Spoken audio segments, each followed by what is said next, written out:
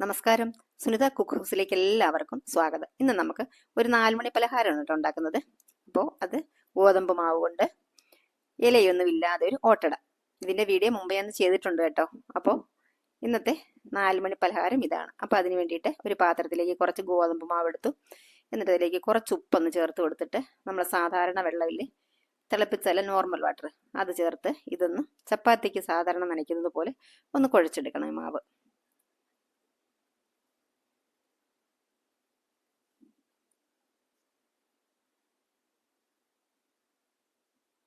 അപ്പം അതേ മാവ് ഇവിടെ നന്നായിട്ട് കുഴച്ചെടുത്തിട്ടുണ്ട്. ഇനി നമുക്കതൊന്ന് പരത്തിയെടുക്കണം. ചപ്പാത്തി പരത്തുന്ന പോലെ തന്നെ ഒന്ന് പരത്തിയെടുക്കണം. അപ്പം അതിന് മുമ്പായിട്ട് ഞാൻ ഇതിനകത്തുള്ള ഫില്ലിങ്, അതായത് തേങ്ങ, പഞ്ചസാര, കുറച്ച് ചെറിയ ജീരകത്തിൻ്റെ പൊടി, ശർക്കര ചേർക്കാൻ എനിക്ക് ഒട്ടും ഇഷ്ടമല്ല കേട്ടോ. ഞാൻ ശർക്കര ചേർത്ത് അങ്ങനെ കഴിക്കാറുമില്ല, ഇഷ്ടമല്ല എനിക്ക്. അതുകൊണ്ട് ഞാൻ പഞ്ചസാരയാണ് കേട്ടോ സാധാരണ ചേർക്കാറുള്ളത്.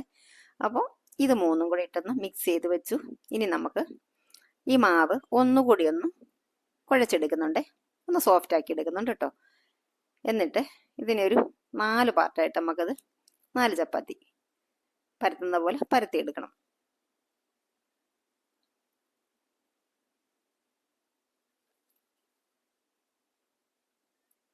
ഇതുപോലെ ഉരുളകളാക്കിയതിന് ശേഷം നമുക്കതൊന്ന് അല്പം മാവൊന്ന് വിതറിയിട്ട് ഒന്നങ്ങ് പരത്തിയെടുക്കാം.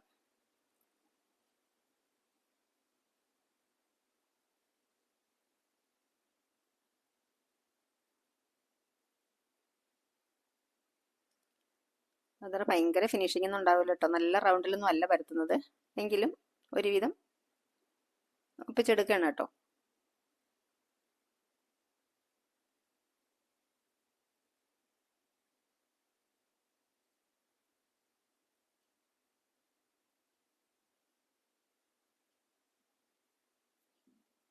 ഇനി നമുക്ക് ഇതിൻ്റെ ഒരു സൈഡിലേക്ക് നമ്മൾ നേരത്തെ തയ്യാറാക്കി വെച്ച ഫില്ലിംഗ് ഇല്ലേ, അതങ്ങ് വെച്ച് കൊടുക്കാം.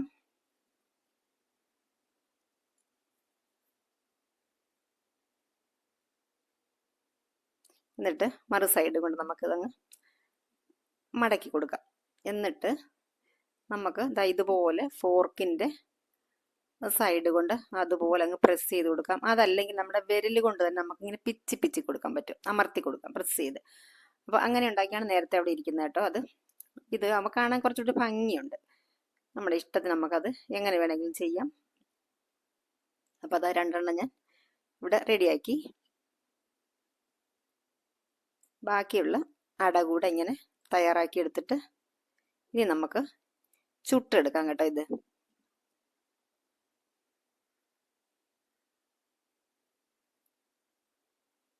ഇതെല്ലാം ഇവിടെ റെഡിയാക്കി. ബാക്കി ഉണ്ടായിരുന്നു ആ മാവ് പൊടിയെല്ലാം അങ്ങ് തട്ടിക്കളഞ്ഞ് നന്നായിട്ട്, അല്ലെങ്കിൽ നമ്മുടെ ഈ പാനിൽ അത് അടുക്കി പിടിക്കുകയും. എന്നിട്ട് ഒരു പാൻ വെച്ചിട്ട് അതിലേക്ക് ഓയിലൊന്നും സ്പ്രെഡ് ചെയ്യാറില്ല കേട്ടോ. ഇതങ്ങ് വെച്ച് കൊടുക്കാം. നല്ല ടേസ്റ്റാണ് കേട്ടോ, ഭയങ്കര ടേസ്റ്റാണ് ഇങ്ങനെ കഴിക്കാനായിട്ട്. പിന്നെ നമ്മൾ ഇല എടുക്കാനൊന്നും പോകണ്ട, എളുപ്പമുണ്ട്. ഇട്ട് ഒരു 2 മിനിറ്റ് ശേഷം നമുക്കൊന്ന് മറിച്ചിട്ട് കൊടുക്കണം.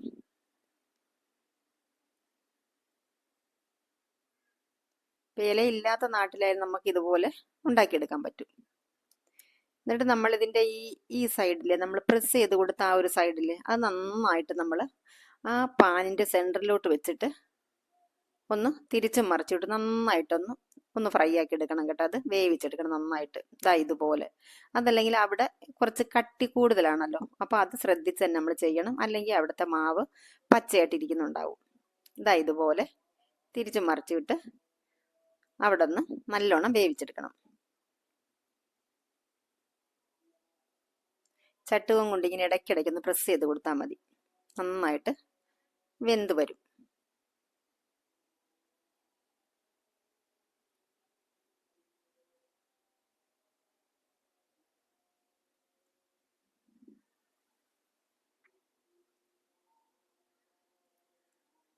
അപ്പോൾ നമ്മൾ ആദ്യം വേവിക്കാൻ വെച്ചത് റെഡി ആയിട്ടുണ്ട് കേട്ടോ.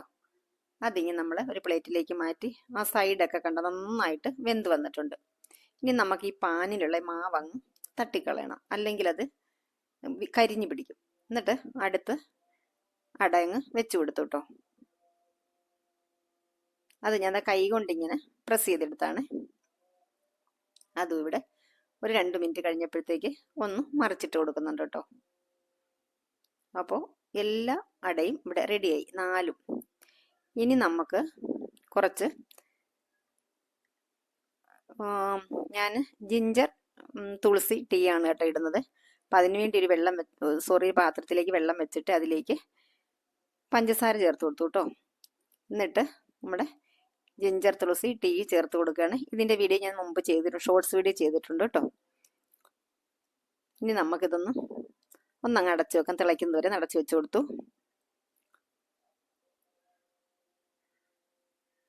ഇപ്പം നന്നായിട്ട് തിളച്ച് നല്ല മണമുണ്ട് തിളയ്ക്കുന്ന സമയത്ത്. ഇനി ഒരല്പം തേയില, നമുക്ക് എത്ര കടുപ്പം വേണം അതനുസരിച്ച് തേയില ചേർത്ത് കൊടുത്തിട്ട് ഒന്നുകൂടെ ഒന്ന് തിളയ്ക്കട്ടെ. ഒന്നങ്ങ് ഇളക്കി കൊടുക്കുകയാണ്.